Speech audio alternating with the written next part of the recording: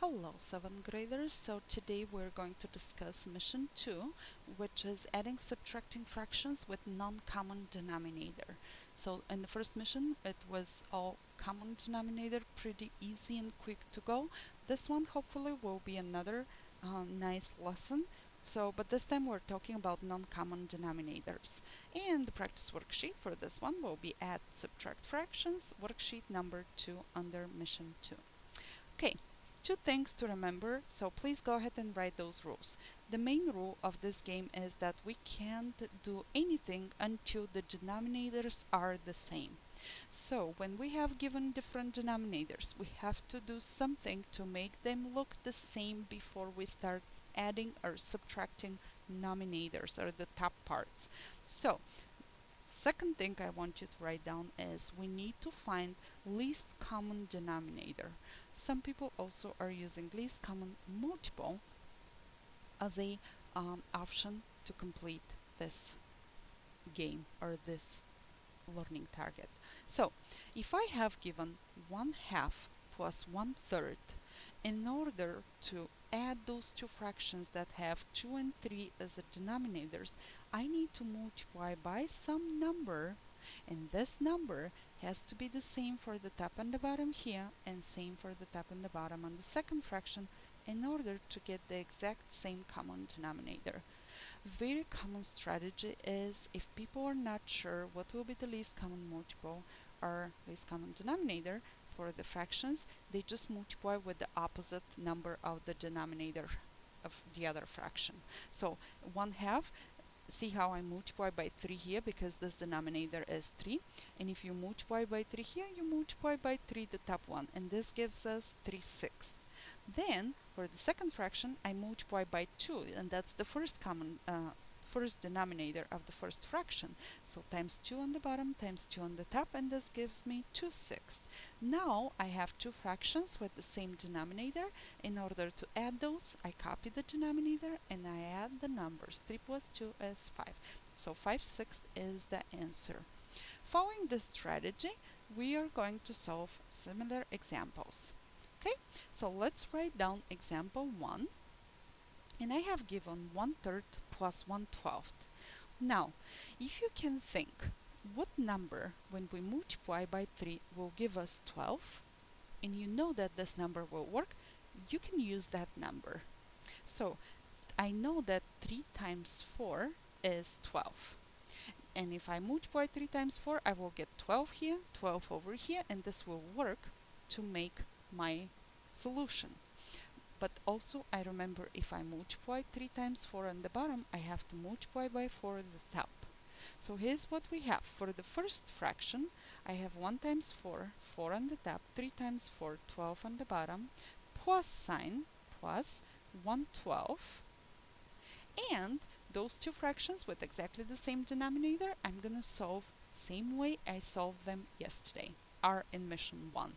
So we copy the denominator 12, 4 plus 1 is 5. 5/12 will be my final answer here. Let's take a look at the other example. 3/4 minus 1/8. Alright, same thing. I'm checking my smaller number to think, can I multiply this by something that will give me 8? And I know you already answered that and you said, oh, times 2. 4 times 2 will give us 8. But we also multiply by 2 the top number. So this will be equal to 3 times 2, 6, 4 times 2, 8. 6/8 is the first fraction. Then we have subtraction minus 1/8. Don't forget to copy your sign because otherwise you don't know what operation to do, addition or subtraction. So 8 is the common denominator, 6 minus 1, 5. 5/8 will be my next answer. Alright, let's take a look of another two examples. 2/3 minus 1/4. Now 3 goes into 4 once. There is nothing that we can multiply by 3 to get 4. So what we can do is we can multiply this denominator with this number. So I will multiply 3 times 4 and 3 times 4. And this will give me 8 over 12. And I will multiply my second fraction with 3, with the first denominator, times 3. Basically, we're multiplying the opposites, okay, with the opposite denominator. times 3 the bottom here and times 3 the top. Negative sign, we're subtracting fractions, and this will give me 1 times 3 is 3, 4 times 3 is 12. Okay, again, common denominator 12, 8 minus 3 is 5. Another example could be when we subtract two mixed numbers. Okay, so let's again find what will be the common denominator for those.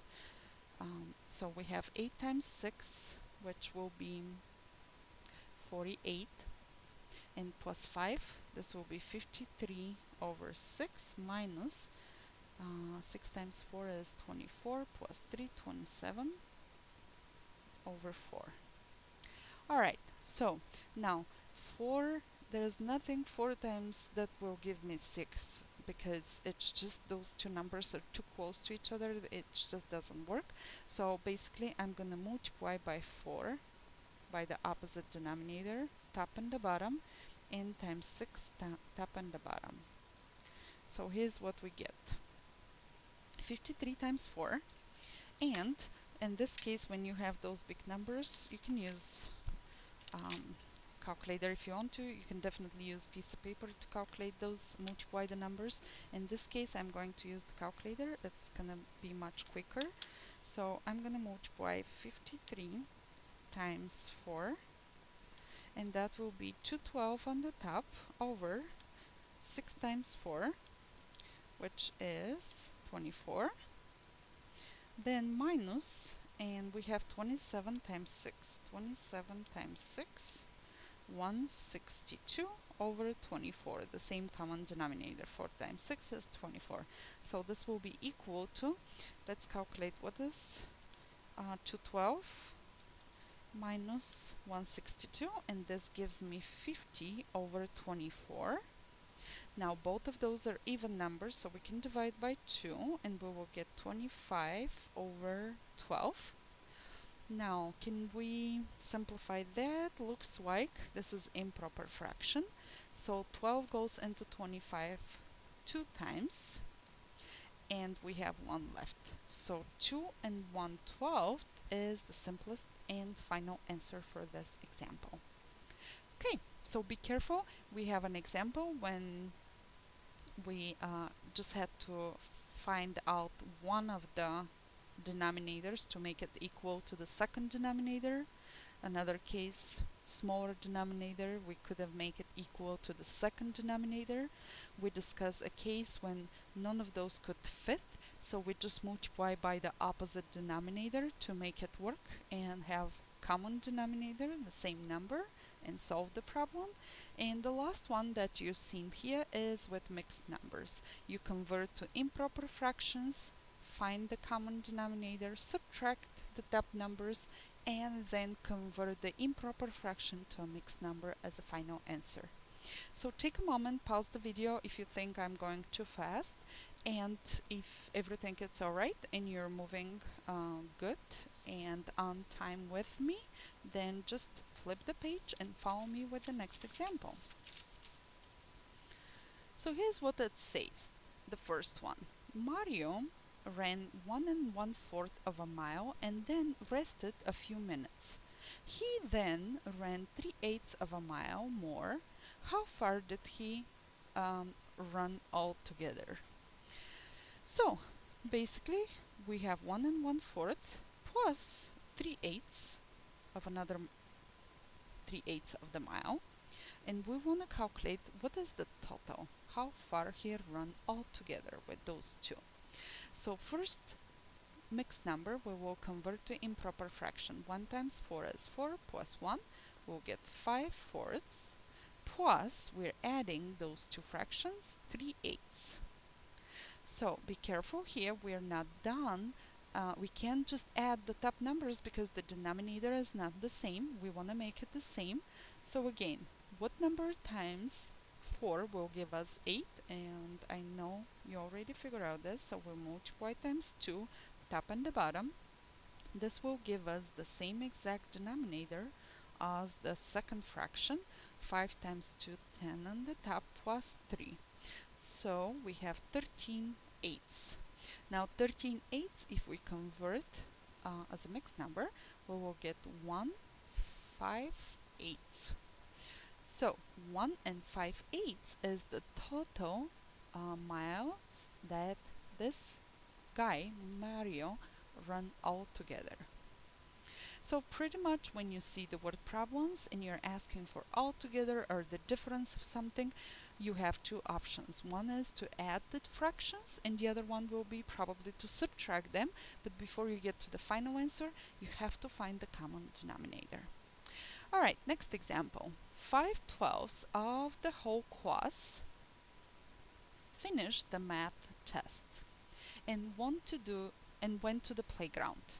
1/4 of the whole class finished soon after and joined the others in the playground. What fraction of the class is now on the playground? What fraction of the class is left inside? So we have 5/12 of the whole class that finished the math test and went to the playground. 1/4 finished soon after, so we're going to add 1/4 here. And we're going to know how many students or how much of the whole class is on the playground. Alright, so look at this. We have 12 and 4. The common denominator here for those two will be 12, and the reason for that is because we can multiply 4 times 3 and we'll get 12. So we will multiply times 3 the top number as well. On the left I have 5/12 plus, and then 3 times 1 is 3 and 3 times 4 is 12. So we already have two fractions with the same common denominator, which is 12. 5 plus 3 is 8. 8/12 are also 2/3 from the class is on the playground. On the playground.